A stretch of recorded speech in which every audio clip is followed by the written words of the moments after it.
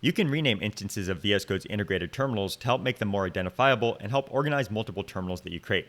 Now, by default, VS Code will derive the terminal name based on whatever process is currently running. So here, for example, we have a ZSH terminal. You can see that the name is going to be displayed up here with my single terminal instance, or if I have multiple instances over in the terminal tabs, for example.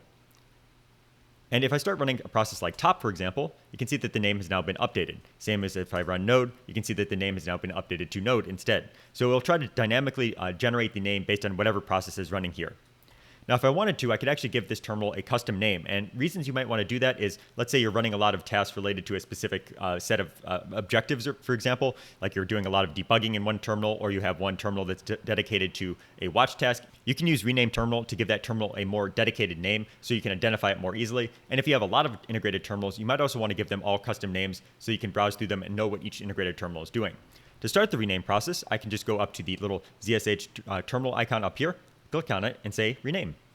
And now I can enter a custom name. So I'll say builder, and now I've renamed this terminal to builder. And now if I start something like node, you can see that the name here has not been updated because I've given it that custom name. It is going to now always use that custom name.